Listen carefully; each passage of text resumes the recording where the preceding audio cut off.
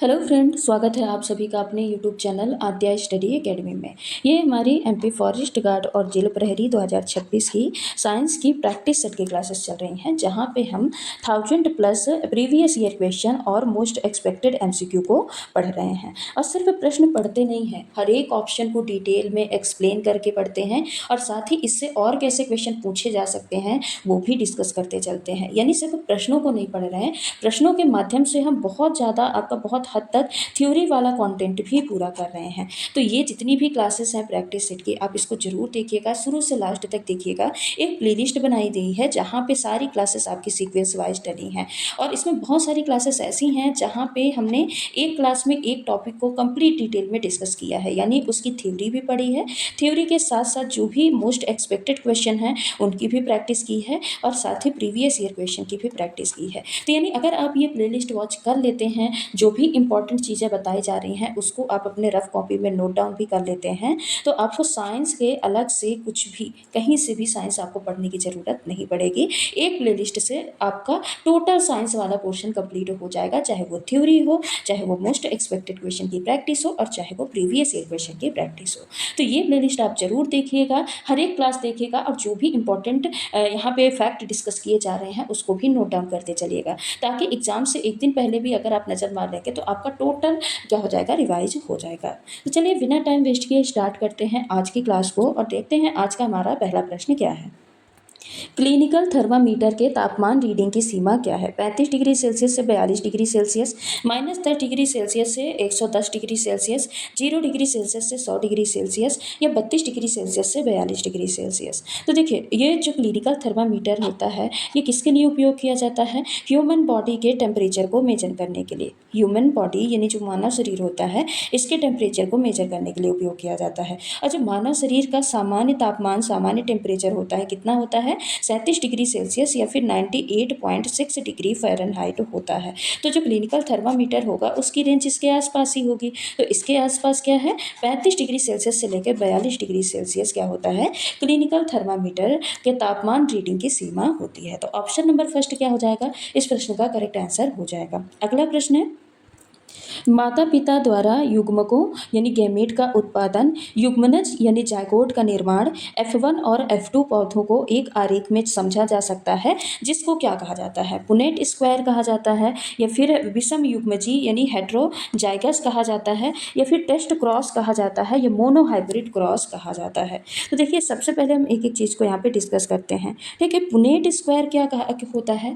Punnett square होता क्या है? तो जब भी हम माता पिता द्वारा युग्म को यानी गैमीट का जो उत्पादन होता है, युग्मनज यानी जो गैमीट होते हैं ना माता पिता के, उनके कॉन्जुगेशन से जो जायगोट बनता है, तो जायगोट का निर्माण, एक मिनट, जायगोट का निर्माण और F1 और F2 पौधे को जो एक आरेख में हम पढ़ पाते हैं, तो इसको जो आसानी से हम समझ पाते हैं, ये किसके द्वारा? Punnett square. इसको कहा क्या जाता है? पुनेट स्क्वायर कहा जाता है। तो यही क्या हो जाएगा? हमारे इस प्रश्न का आंसर हो जाएगा। देखिए, पुनेट स्क्वायर अभी तो आपको समझ में नहीं आया होगा।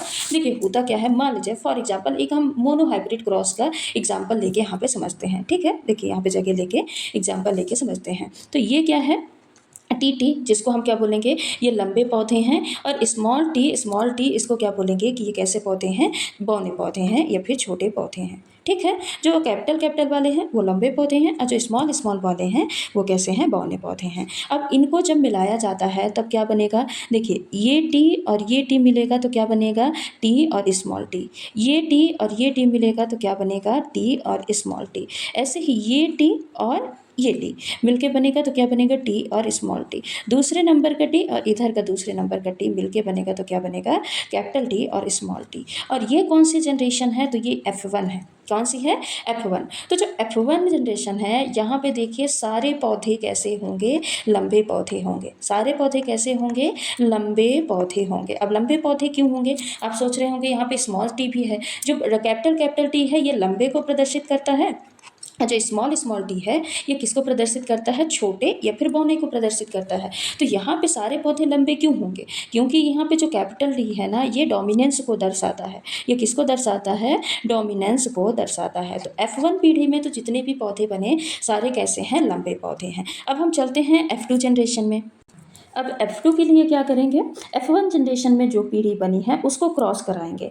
तो अब इसके कैसे क्रॉस होगा, तो यहाँ पे देखिए capital T small T multiply capital T small T. जब इसका क्रॉस कराया जाएगा तब देखिए ये कैपिटल टी और ये कैपिटल टी मिला तो क्या बनाया, टी, और ये पहला टी और ये दूसरा टी मिलके बनाया क्या, capital T small T.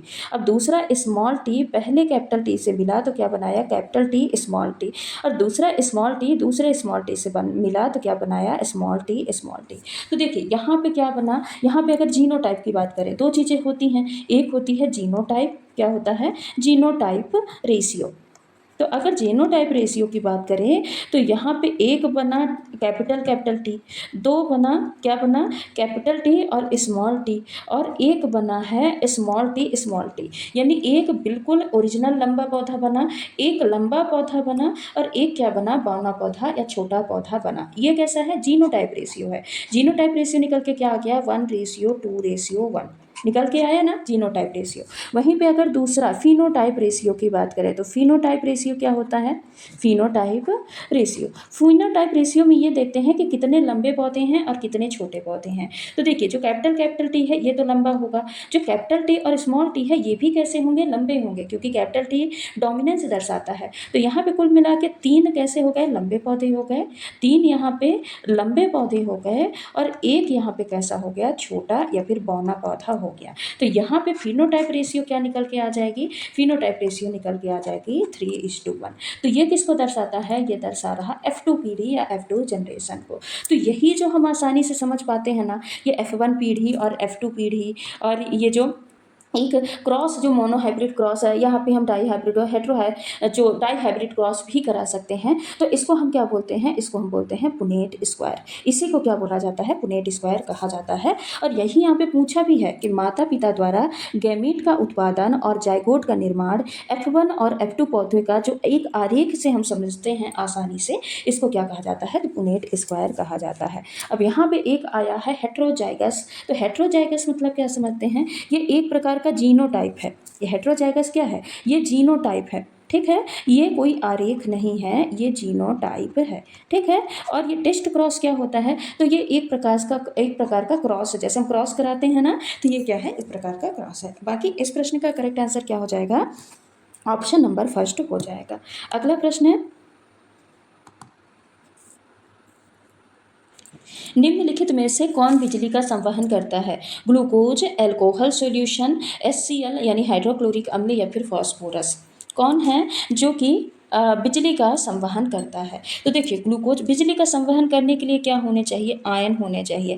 Ion मतलब क्या समझते हैं, मुक्त इलेक्ट्रॉन, चाहे बिजली हो चाहे ऊष्मा हो, उसको संवहन करने के लिए, उसका ट्रांसपोर्ट करने के लिए मुक्त इलेक्ट्रॉन का होना जरूरी है। लेकिन जो अल्कोहल सोल्यूशन होता है, ग्लूकोज होते हैं, यहाँ पे आयन्स बनते ही नहीं हैं, यहाँ पे आयन का फॉर्मेशन नहीं होता है। फास्फोरस भी ये बिजली का अच्छा चालक सामान्यतः नहीं माना जाता है। लेकिन जो हाइड्रोक्लोरिक एसिड होता है, HCl होता है ना, जब भी इसको पानी में घोला जाता है तो पानी में घुल के ये आयनों में विभक्त होता है, यानी H+ आयन और Cl- आयन में टूट जाता है, और इसमें आयन्स प्रेजेंट होते हैं, इसीलिए ये क्या करता है, बिजली का या फिर इलेक्ट्रिसिटी का ट्रांसपोर्ट यानी संवहन करने का काम करता है। तो इस प्रश्न का करेक्ट आंसर क्या हो जाएगा, ऑप्शन नंबर C हो जाएगा। अगला प्रश्न है, मिल्क ऑफ मैग्नीशिया का रासायनिक नाम क्या है, magnesium hydroxide, calcium hydroxide, sodium hydroxide, potassium hydroxide. देखिए जो मिल्क ऑफ मैग्नीशिया होता है ना, वो कैसे नेचर का होता है, एल्कलाइज नेचर का होता है। कैसा होता है, एल्कलाइन नेचर का होता है। तो यहाँ पे जितने भी ऑप्शन दिए हैं ना, सारे क्षारीय नाम है, सारे एल्कलाइन नाम है, क्योंकि हाइड्रोक्साइड यानी OH जिस समूह जिसमें जुड़ा होता है वो कैसे होते हैं, बेसिक नेचर के होते हैं। बाकी मिल्क ऑफ मैग्नीशिया का रासायनिक नाम क्या होता है, मैग्नीशियम हाइड्रोक्साइड होता है। इसका फॉर्मूला क्या होगा, MgOH का होल ट्वाइस, क्या होता है, MgOH का होल ट्वाइस। कैल्शियम हाइड्रोक्साइड का फॉर्मूला क्या होगा, CaOH का होल ट्वाइस। और सोडियम हाइड्रोक्साइड का फॉर्मूला क्या होगा, NaOH, क्या होगा, NaOH। वहीं पे पोटेशियम हाइड्रोक्साइड का फॉर्मूला क्या हो जाएगा, KOH। और ये सभी OH- आयन देते हैं, इसीलिए क्या है, बेस हैं, एक प्रकार के क्षार हैं, ठीक है। बाकी इस प्रश्न का करेक्ट आंसर क्या हो जाएगा, ऑप्शन नंबर फर्स्ट हो जाएगा। अगला प्रश्न है, डैट डैश में समान परमाणु संख्या है लेकिन भिन्न द्रव्यमान संख्या है, आइसोबार यानी समभारिक, आइसोटोप्स यानी समस्थानिक, आइसोटोन्स यानी समन्यूट्रॉनिक, और आइसोमर्स यानी समावयव। बताइए किस में परमाणु संख्या समान है लेकिन जो द्रव्यमान है वो क्या है, अलग अलग है। ठीक है, तो इस प्रश्न का करेक्ट आंसर देखने से पहले हम देख लेते हैं आइसोबार्स, आइसोटोप्स, आइसोटोन्स और आइसोमर्स क्या होते हैं। तो आइसोबार क्या होता है, आइसोबार मतलब मास नंबर क्या हो, सेम, मास नंबर समान हो, मास नंबर जिसको हम किससे डिनोट करते हैं, ए से, ये क्या होना चाहिए, सेम होना चाहिए। और जबकि जो एटॉमिक नंबर है, एटॉमिक नंबर डिफरेंट होना चाहिए। कौन सा, एटॉमिक नंबर, एटॉमिक नंबर को हम किससे लिखते हैं, एटॉमिक नंबर को लिखते हैं जेड से। ये क्या होना चाहिए, अलग होना चाहिए, डिफरेंट होना चाहिए। तो इसको क्या बोलते हैं, आइसोबार्स या समभारिक। भार मतलब मास, मास क्या होना चाहिए, समान होना चाहिए। फॉर एग्जाम्पल के तौर पे आर्गन है और क्या है, पोटेशियम है, आपका कैल्शियम है। अब ये क्या होते हैं, तीनों के जो एटॉमिक नंबर हैं वो अलग अलग होते हैं, लेकिन भार सभी का क्या होता है, 40, यानी एटॉमिक मास क्या होता है, सभी का सेम होता है। बाकी यहाँ पे एटॉमिक नंबर 18 होगा, यहाँ पे एटॉमिक नंबर 19 होगा और यहाँ पे क्या होगा, 20 होगा। तो ये किसके एग्जाम्पल हो जाएंगे, आइसोबार यानी समभारिक के एग्जाम्पल हो जाएंगे। वहीं पे अगर बात करें समस्थानिक के, समस्थानिक में क्या होते हैं, एटॉमिक नंबर सेम होते हैं, एटॉमिक नंबर यानी जेड, जेड क्या होगा, सेम होगा। और जबकि एटॉमिक मास, एटॉमिक मास को क्या लिखते हैं, ए लिखते हैं, ये कैसा होगा, डिफरेंट या फिर अलग अलग होगा। फॉर एग्जाम्पल यहाँ पे क्या आ जाएगा, हाइड्रोजन के समस्थानिक आ जाएंगे। हाइड्रोजन के समस्थानिक क्या होते हैं, 1H1, 1H2, 1H3। यहाँ पे देखिए जो एटॉमिक नंबर है वो क्या है, सेम है, 1 1 सब में, लेकिन जो एटॉमिक मास है वो क्या है, अलग अलग है। तो ये क्या कहलाएंगे, समस्थानिक कहलाएंगे। सम न्यूट्रॉनिक क्या होते हैं, तो यहाँ पे दोनों चीज़ें अलग अलग होती हैं।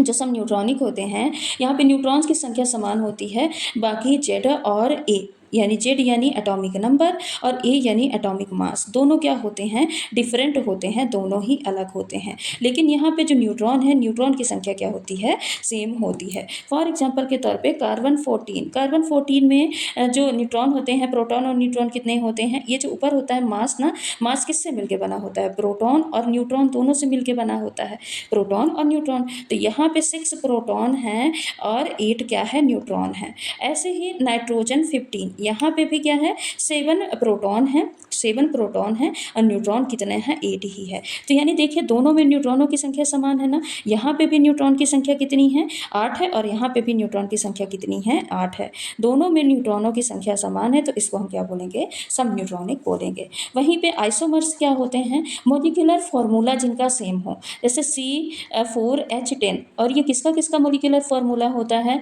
तो ये होता है ब्यूटेन का भी और ये होता है आइसोब्यूटेन का भी, ब्यूटेन और आइसोब्यूटेन दोनों का मोलिकुलर फॉर्मूला है। तो जहाँ पे मोलिकुलर फॉर्मूला सेम होते हैं उसको क्या बोलते हैं, आइसोमर्स बोलते हैं।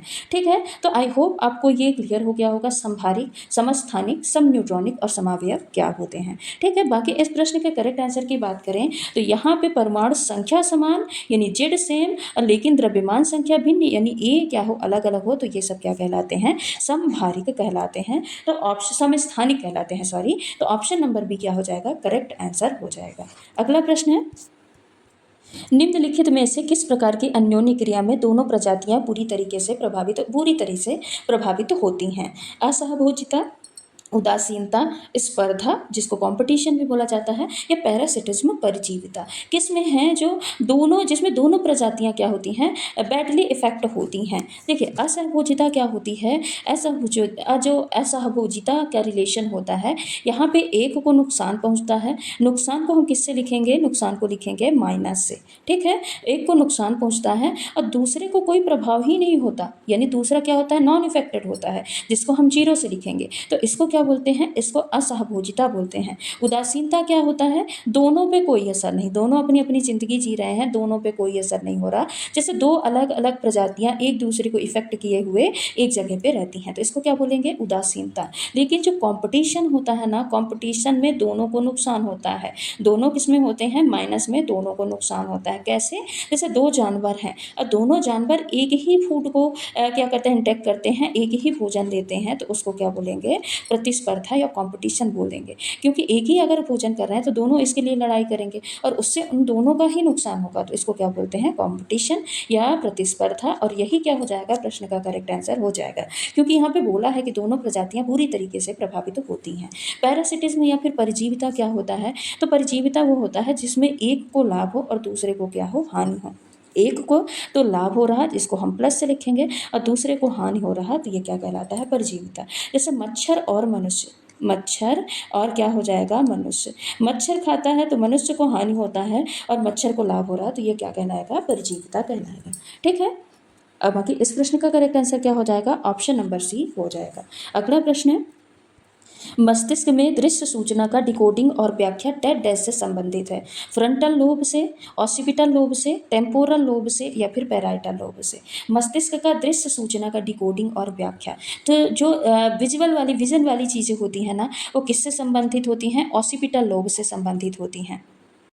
ऑसिपिटल लोब क्या होता है, ऑसिपिटल लोब मस्तिष्क का वो भाग होता है जो विजन को क्या करता है, रेगुलेट करने का काम करता है, दृश्य वाली सूचनाओं को डिकोड करने का काम करता है और डिकोड के साथ साथ उनको इंटरप्रेट यानी व्याख्या करने का भी काम करता है। तो ये तो हो गया हमारे प्रश्न का आंसर। बाकी जो फ्रंटल लोब होता है ये मस्तिष्क का ये 4 भागों में बटा होता है ना, ऑसिपिटल, टेम्पोरल, फ्रंटल और पैराइटल लोब। तो जो ये फ्रंटल लोब होता है, फ्रंटल लोब का काम क्या होता है, सोच को रेगुलेट करना, यानी जो सोचने समझने की क्षमता है, निर्णय लेना और निर्णय के साथ साथ जितने भी वॉलेंटरी एक्शन है, वॉलेंटरी एक्शन को कंट्रोल करने का काम कौन करता है, फ्रंटल लोब करता है। वहीं पे टेम्पोरल लोब, टेम्पोरल लोब का काम क्या होता है, सुनना, सुनना और सुनने के अलावा जितनी भी मेमोरी वाली चीज़ें होती हैं ना, जो याद करने वाला कॉन्सेप्ट होता है वो कौन रेगुलेट करता है, टेम्पोरल लोब उसको रेगुलेट करने का काम करता है। पैराइटल लोब क्या होता है, तो ये टच, टेम्परेचर और सेंसेशन को बैलेंस करने का काम करता है।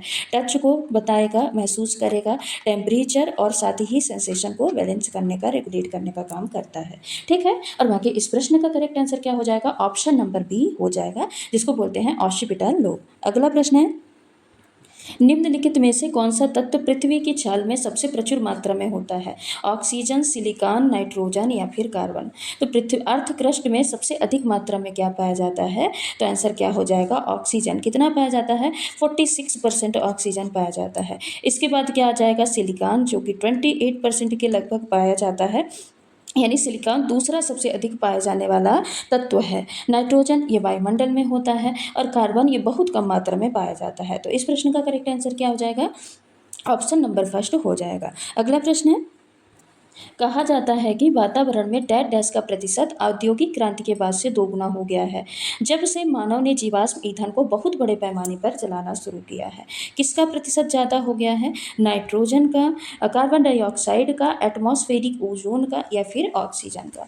देखिए औद्योगिक, यहाँ पे उद्योग की बात की गई है कि औद्योगिक क्रांति के बाद से दोगुना हो गया है प्रतिशत। तो औद्योगिक क्रांति, देखिए जो इंडस्ट्रियल रिवॉल्यूशन है ना, इसमें मनुष्य क्या क्या करता है, इसमें मनुष्य कोयले का भी यूज करता है, कोयले को भी जलाता है, पेट्रोलियम को भी जलाता है, क्या करेगा, पेट्रोलियम का भी यूज करता है, पेट्रोलियम को भी जलाता है, जितने भी प्राकृतिक गैसेज हैं, जीवाश्म ईंधन है, इनका बहुत ज़्यादा उपयोग करता है। और इनको ज़्यादा मात्रा में जलाने से कौन सी गैस प्रोड्यूस होती है, तो कार्बन डाइऑक्साइड गैस प्रोड्यूस होती है। और यही तो इस प्रश्न में पूछा है कि कहा जाता है कि वातावरण में डैश डैश का प्रतिशत औद्योगिक क्रांति के बाद से दोगुना हो गया है, जब से मानव ने जीवाश्म ईंधन को बहुत बड़े पैमाने पर जलाना शुरू किया है। तो डैश डैश पे क्या आ जाएगा, यानी किसका प्रतिशत दोगुना हो गया है औद्योगिक क्रांति के बाद, तो कार्बन डाइऑक्साइड का। ठीक है। अगला प्रश्न है, मछली पकड़ने का काम डैश डैश द्वारा निर्देशित मछली पकड़ने के जाल द्वारा किया जाता है, echo sounders and satellites, virtual imaging यानी आभासी इमेजिंग,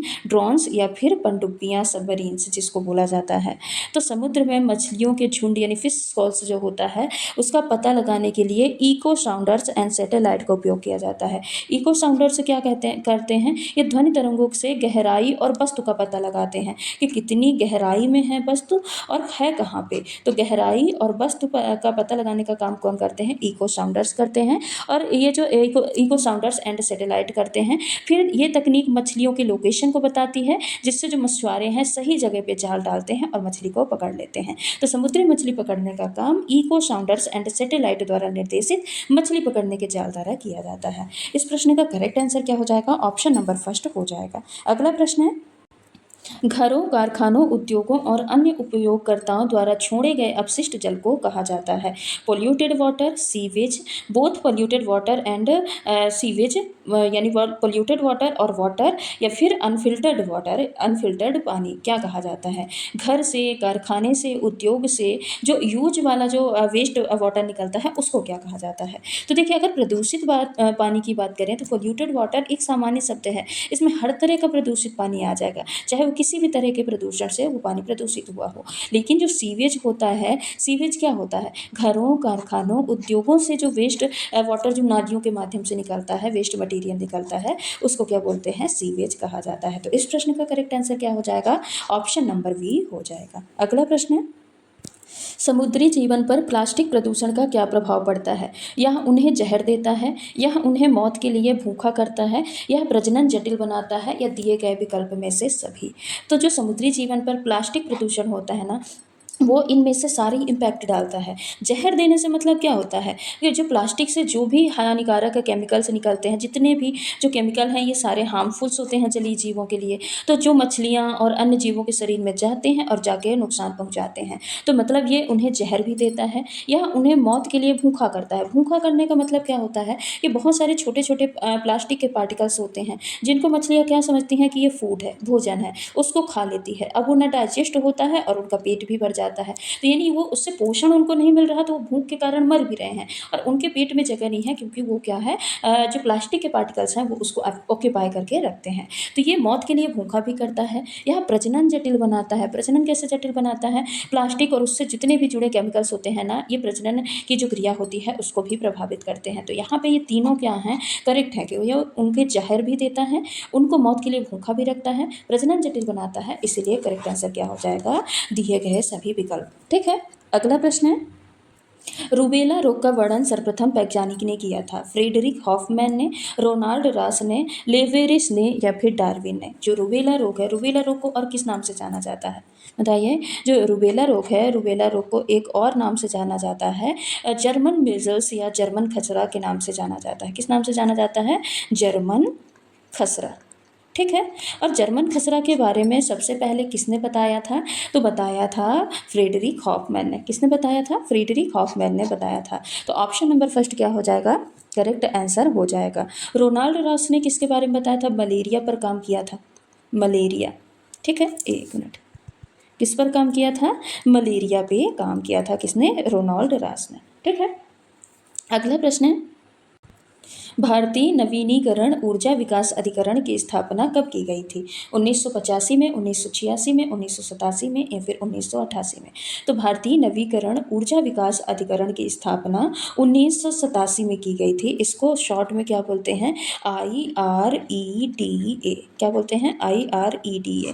जहाँ पे आई का मतलब है इंडियन, आई का मतलब क्या है, इंडियन, आर का मतलब है रिन्यूएबल, रिन्यूएबल, और ई का मतलब है एनर्जी,